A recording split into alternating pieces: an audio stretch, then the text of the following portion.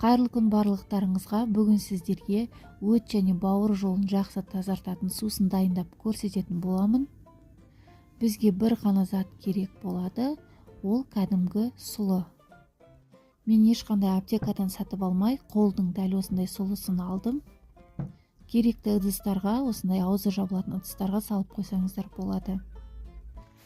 Ең алдымен сұлыны алып, жақсылап жуып тазартып аламыз.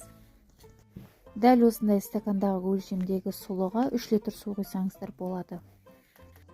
Сұлыны осындай сеткаға салып, жуып тазартып аламыз. Мен қазір 2 стакан сұлы салдым. Енді үстіне салқын су құйып, 3-4 рет дәл осындай жуып алатын боламыз. Сұлының пайдасын білесіздер, өте жақсы көмектеседі біздің ағзамызға, әсіресе бауыр және өт жолдарын жақсы тазартатын сусындардың бірі болады. Дәл осы сусынды күнделікті судың орнына қолданып іше берсеңіз болады. Үздіксіз осы сусынды бір ай қолдансаңыздар, жақсы нәтиже көретін боласыздар. Сұлымызды жуып тазартып алдық, енді үлкенде бір ыдысқа саламыз. 2 стакан сұлының үстіне 5 литр су құйып қайнаттым. Қайнау барысында баяу отқа қоямыз және 20 минут қайнатып аламыз. Бетінде осындай көбіктері шығады, оларды алып тастаймыз.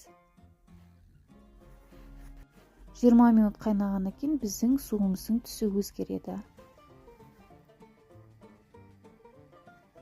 Дайын болған сұлы сусынын шыны ыдыстарға құйып қоямыз және күнделікті судың орнына қолданатын боламыз.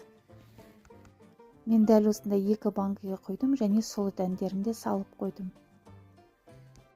Сұлы суы біздің бауыр және өт жолдарымызды жақсы тазартады және артық салмақтан арылуға да жақсы көмектеседі. Сіздерге де кеңес беремін, дәл осындай қарапайым жолмен өз ағзаларыңызды жақсы тазартуға. Міндетті түрде жасап көріңіздер.